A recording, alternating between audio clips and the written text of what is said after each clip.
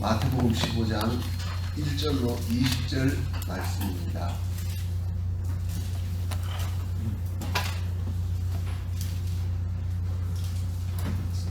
마태복음 15장 1절로 20절 찾으셨으면 호흡을 맞추어서 합독하시겠습니다. 그때에 바리새인과 서기관들이 예루살렘으로부터 예수께 나와 이르되 당신의 제자들이 어찌하여 장로들의 전통을 범하니까 떡을 때에 손을 씻지 아니하나이다. 대답하여 이르시되 너희는 어찌하여 너희의 전통으로 하나님의 계명을 범하느냐. 하나님이 이르셨으되 이 부모를 공경하라 하시고 또 아버지나 어머니를 비방하는 자는 반드시 죽임을 당하리라 하셨거늘 너희는 이르되 누구든지 아버지에게나 어머니에게 말하기를 내가 드려 유익하게 할 것이 하나님께 드림이 되었다고 하기만 하면 그 부모를 공경할 것이 없다 하여 너희의 전통으로 하나님의 말씀을 폐하는도다. 의식하는 자들아, 이사야가 너희에게 관하여 잘 예언하였도다. 일렀으되 이 백성이 입술로는 나를 공경하되 마음은 내게서 멀도다. 사람의 계명으로 교훈을 삼아 가르치니 나를 헛되이 경배하는도다 하였느니라 하시고 무리를 불러 이르시되 듣고 깨달으라. 입으로 들어가는 것이 사람을 더럽게 하는 것이 아니라 입에서 나오는 그것이 사람을 더럽게 하는 것이니라. 이에 제자들이 나와 바리새인들이 이 말을 듣고 걸림이 된 줄 아시나이까. 예수께서 대답하여 이르시되 심은 것마다 내 하늘 아버지께서 심으시지 않는 것은 뽑힐 것이니 그냥 두라. 그들은 맹인이 되어 맹인을 인도하는 자로다. 만일 맹인이 맹인을 인도하면 둘이 다 구덩이에 빠지리라 하시니 베드로가 대답하여 이르되 이 비유를 우리에게 설명하여 주소서. 예수께서 이르시되 너희도 아직까지 깨달음이 없느냐. 입으로 들어가는 모든 것은 배로 들어가서 뒤로 내버리는 줄을 알지 못하느냐. 입에서 나오는 것들은 마음에서 나오나니 이것이야말로 사람을 더럽게 하느니라. 마음에서 나오는 것은 악한 생각과 살인과 간음과 음란과 도둑질과 거짓 증언과 비방이니 이런 것들이 사람을 더럽게 하는 것이요 씻지 않은 손으로 먹는 것은 사람을 더럽게 하지 못하느니라. 16절로 20절을 보면 입으로 들어가는 것이 아니라 마음에서 나오는 것이 사람을 더럽게 한다는 말씀입니다. 그 당시 유대 종교 지도자들은 외적인 정결 규정에 대해서 굉장히 엄격한 기준을 가지고 있었고 그것을 철저히 준수하도록 하였습니다. 그러나 그들이 오늘 본문 말씀에 따르면 마음속에 있는 것에 관해서 집중하지 못했던 것을 알 수가 있겠습니다. 오늘은 본문 말씀을 상고하되 마음속에 있는 것들을 깨달아야 합니다 하는 제목으로 본문을 상고하고자 합니다. 마음속에 있는 것들을 깨달아야 합니다. 1절로 2절입니다. 그때에 바리새인과 서기관들이 예루살렘으로부터 예수께 나와 이르되 당신의 제자들이 어찌하여 장로들의 전통을 범하니까 떡 먹을 때에 손을 씻지 아니하나이다. 본문에 등장하는 바리새인과 서기관들은 예수님께서 지금 말씀을 전하고 있는 그 지방마다 있는 사내들인 공회 회원이 아니고 예루살렘의 사내들인 공회에서 파견된 종교 조사단이었습니다. 사내들인에서는 당시 전국적으로 영향을 미치고 있었던 예수님의 병 고치는 일들 그리고 가르침에 대해서 조사하기 위해 바리새인과 서기관들을 파견하였습니다. 그들의 목적은 예수님의 소문에 대해 그 교훈에 대해 그 실체를 조사하기 위해서가 아니라 예수님을 모해하려고 모함의 구실을 마련하는 데 있었습니다.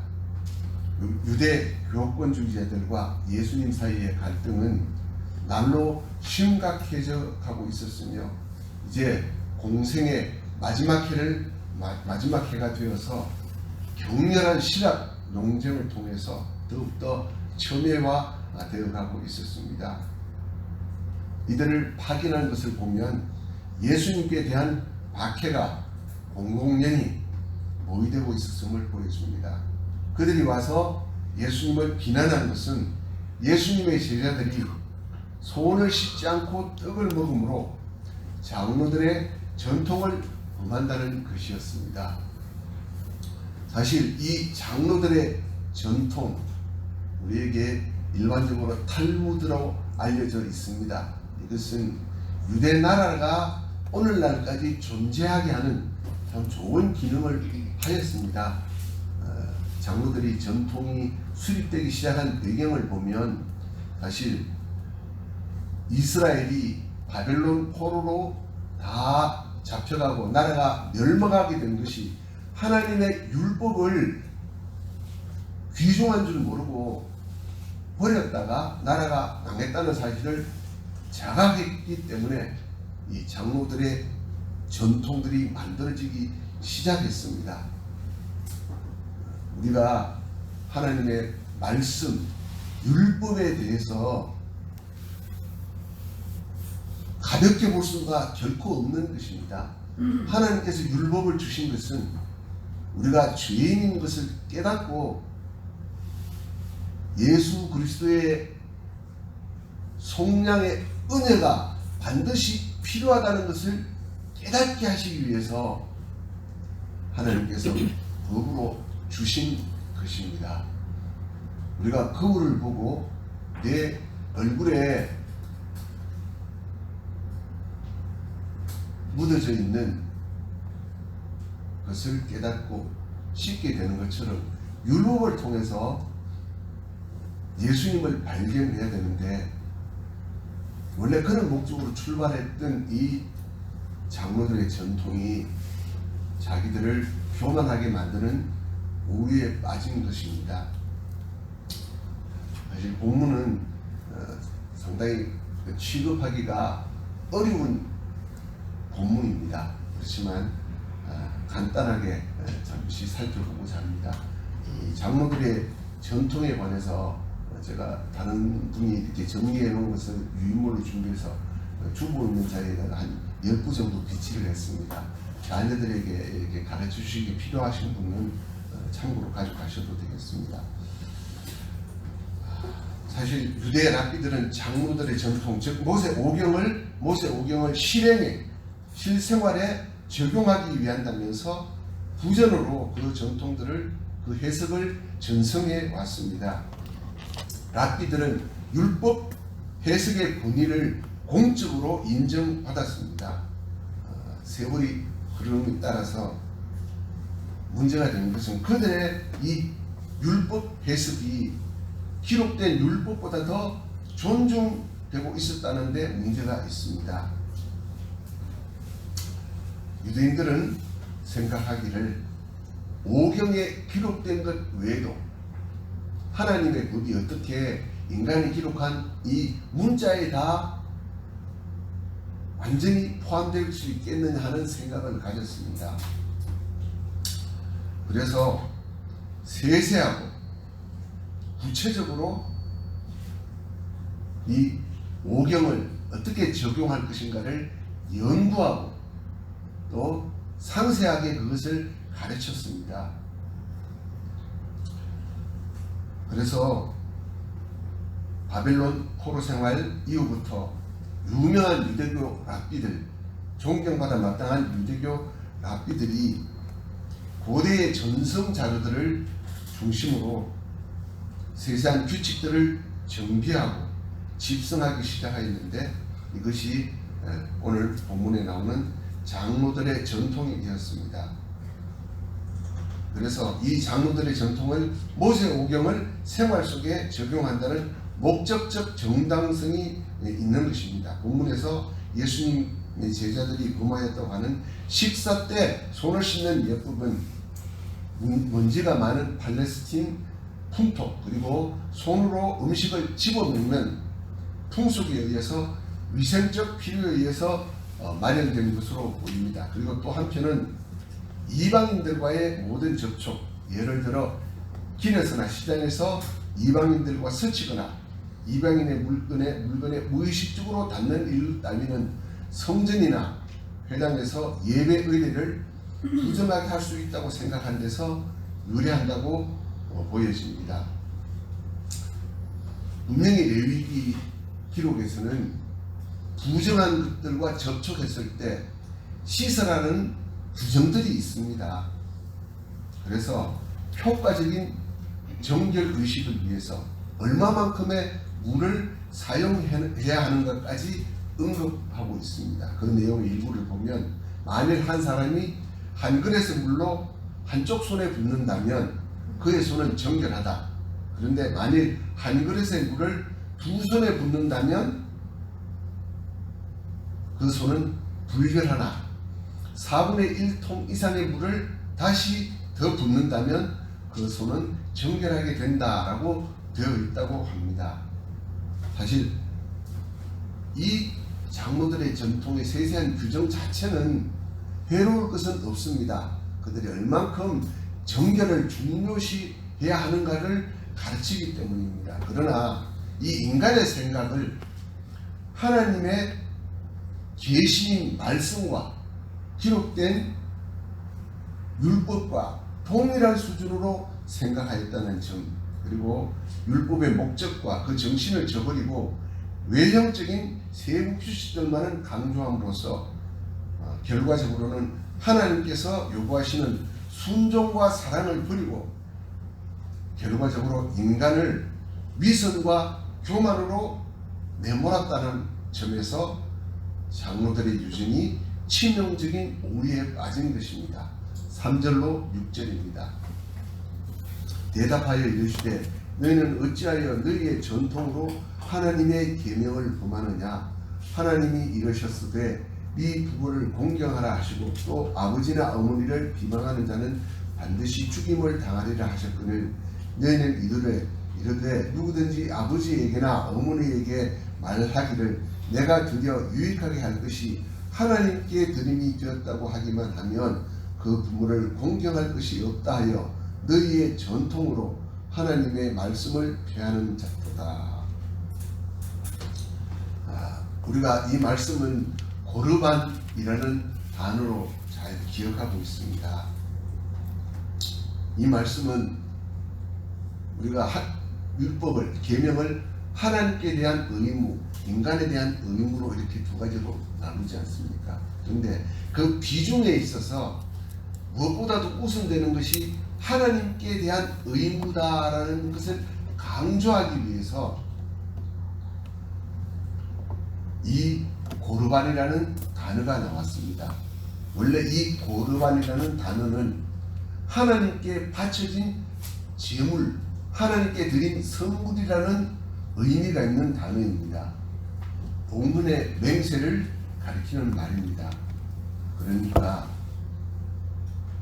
내가 만약 하나님께 드리기로 맹세하였다면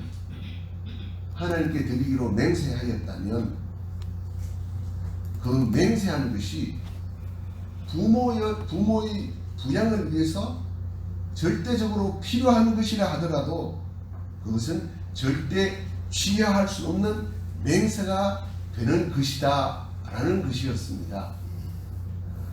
자기 딸을 하나님께 대한 맹세 때문에 희생했던 기록을 우리가 사사기에서 볼 수 있습니다.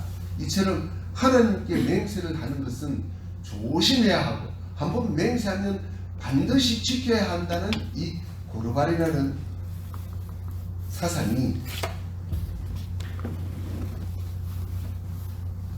무대에 와서는 만약에 내가 고르반,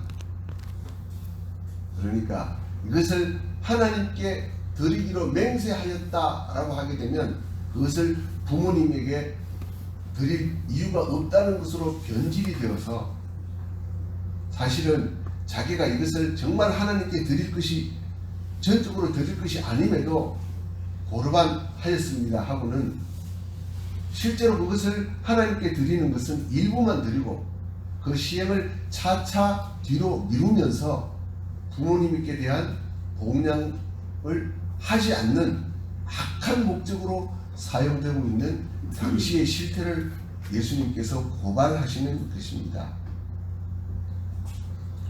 그 당시 장로들도 자기들의 목적을 위해서 이 고르반을 묵죄시하지 않고 있었다는 것입니다.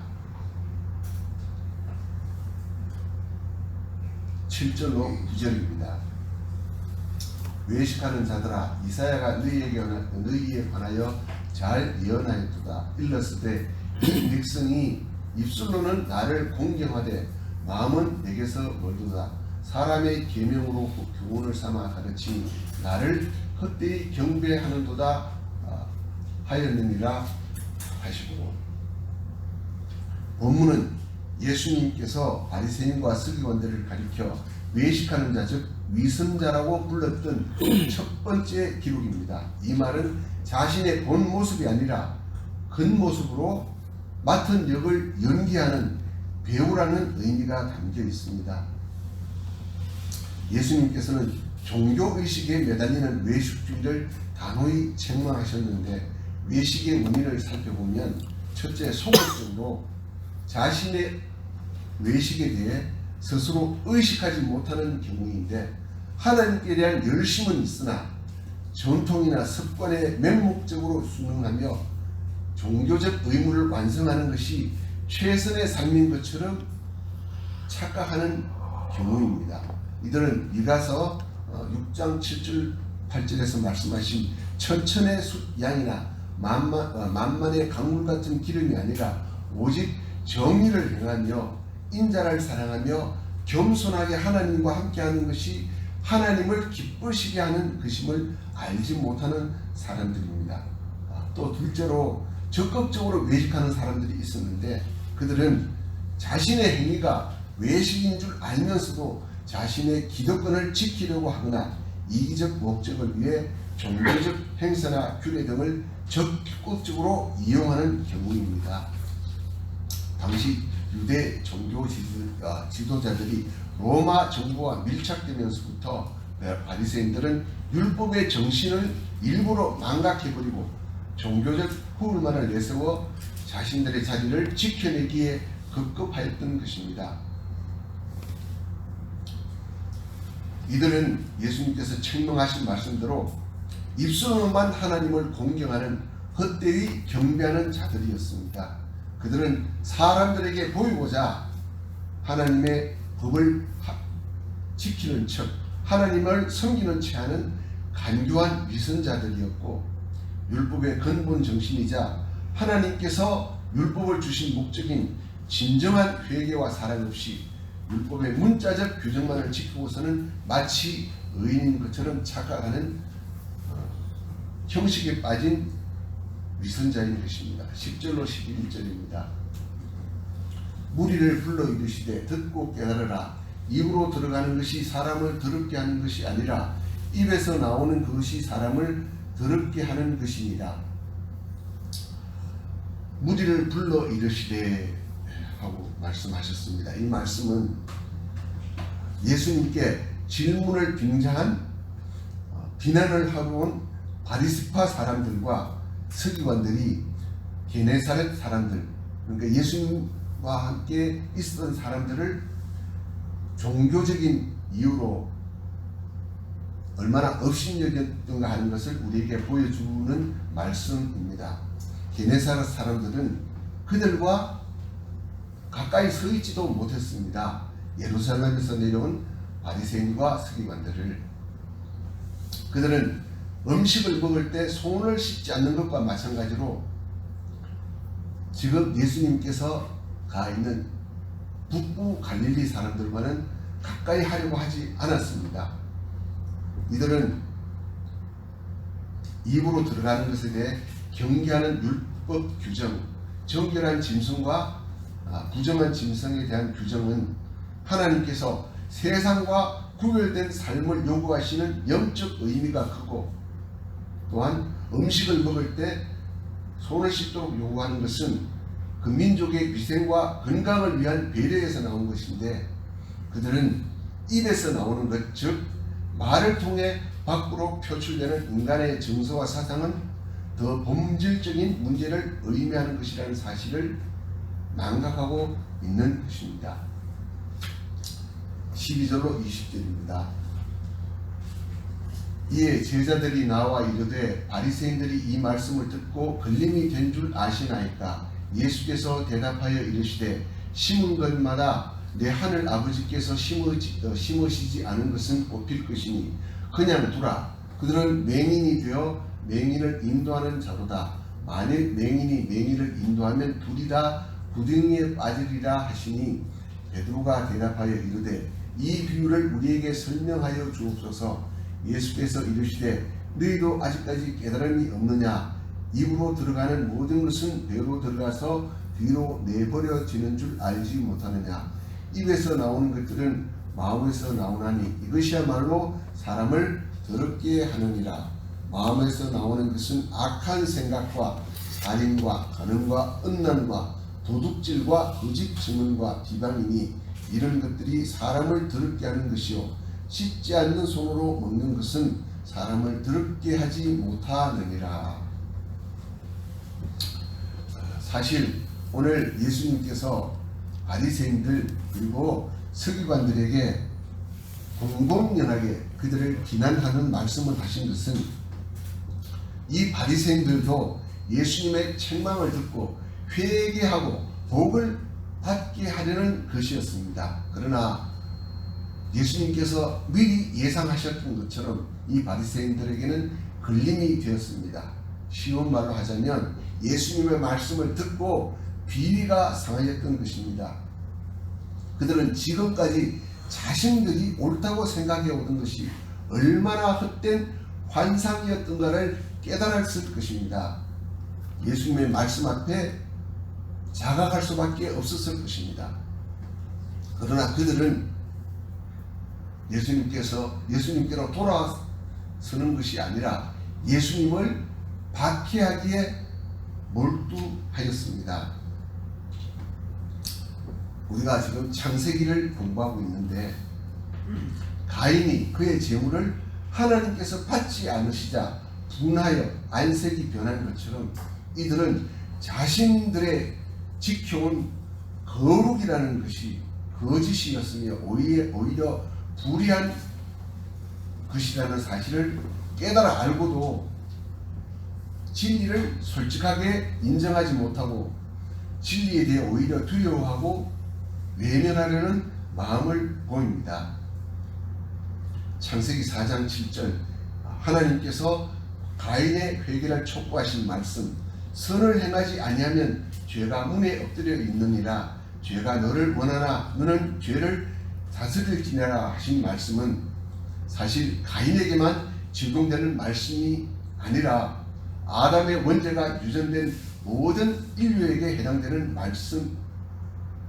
그리고 중요한 것은 회심과 칭의 이전 중생하지 못한 죄인에게만 해당되는 말씀이 아니라 거듭난 우리에게도 적용되는 말씀이라는 사실을 우리는 기억해야 합니다.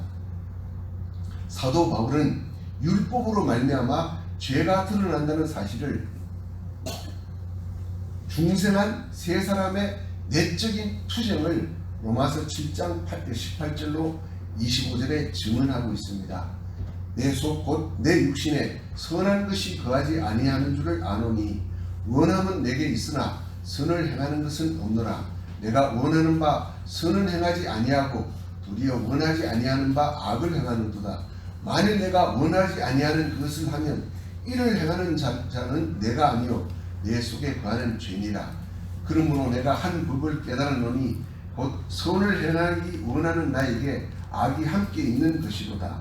내 속사람으로는 하나님의 법을 즐거워하되 내 지체 속에서 한 다른 법이 내 마음의 법과 싸워 내 지체 속에 있는 죄의 법으로 나를 사로잡는 것을 보는도다. 오라, 나는 공고한 사람이로다. 이 사망의 몸에서 누가 나를 건져내랴.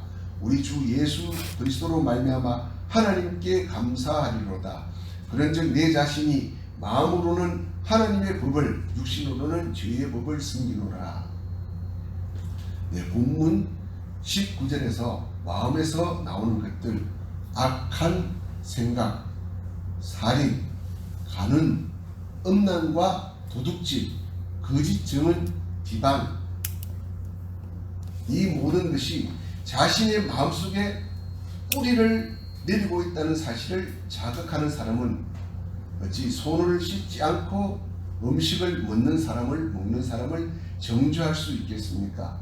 마음속에 죄의 법, 하나님의 법보다 죄의 법에 사로잡혀 있음을 아는 아벨은 하나님께서 입혀주신 가죽옷 언약 외에 다른 소망이 없음을 알았기에 양의 첫 새끼와 그 기름을 제물로 삼아 하나님 앞에 섰을 것입니다. 오늘 예수님 앞에 섰던 바리새인과 서기관들은 수많은 양의 첫 새끼와 그 기름의 번제를 분명히 드렸을 것입니다. 그러나 그들은 자신 속에 있는 것들, 악한 생각, 살인, 간음, 음란, 도둑질, 거짓 증언, 비방을 숨겨두고 양의 첫 새끼와 그 기름이 지금 자신들 앞에 서 계신 예수님의 그림자라는 사실, 그리고 하나님의 가지고 언약을 성취하실 분이라는 사실조차 발견하지 못하는 맹인이고 맹인이 되어 맹인을 인도하는 자들이었습니다. 오늘 우리도 맹인으로 살거나 맹인을 따르거나 맹인이 되어서 맹인을 인도하는 자가 아닌지 성령님의 조명과 하나님의 말씀에 자신을 비추어 보아야 할 것입니다. 오늘 본문을 상당히 어려운 내용이고 우리가 잘못 이해하기 쉬운 말씀입니다. 분명한 것은 하나님께서 분명 율법도 의로운 목적으로 주셨고 또 많은 유대 랍비들이 하나님의 율법을 통해서 우리가 죄인인 것을 깨닫게 하고자 많은 전통들을 만들었을 것입니다. 오늘날 우리도 마찬가지입니다.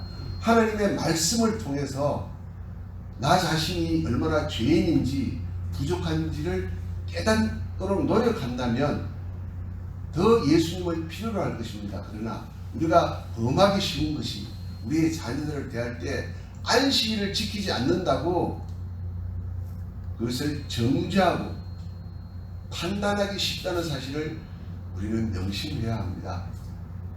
오히려 안식일을 우리가 지키는 것은 하나님께서 내가 하나님의 안식을 누릴 자격이 없지만 내게 안식을 약속하셨다는 것을 믿는 믿음으로 지킨다면 진정한 안식을 누리는 것이 되지만 내가 안식일을 지킴으로 그것을 나의 의로 삼는 마음이 조금이라도 있다면 결코 하나님께서 주시는 안식에 참여할 수 없다는 사실을 깨달아야 할 것입니다. 잠시 기도드리겠습니다. 하나님 아버지 감사합니다. 우리는 하나님을 떠났고 하나님의 법보다 하나님보다 죄의 법 따르기를 좋아하고 죄를 향한 열망이 있음을 아버지 하나님 고백합니다. 그러나 이 죄를 따르기 좋아하는 우리를 구원하시기 위하여 예수님을 보내어 주시고 우리의 모든 죄값을 감당하여 주신 은혜를 감사드립니다. 하나님의 법을 볼 때 나 자신의 죄된 것을 발견하게 하여 주시고 더욱더 예수님의 은총을 감사하고 그 은총 앞으로 나아갈 수 있는 저희들이 될 수 있도록 하여 주옵소서. 예수님 이름으로 기도합니다. 아멘.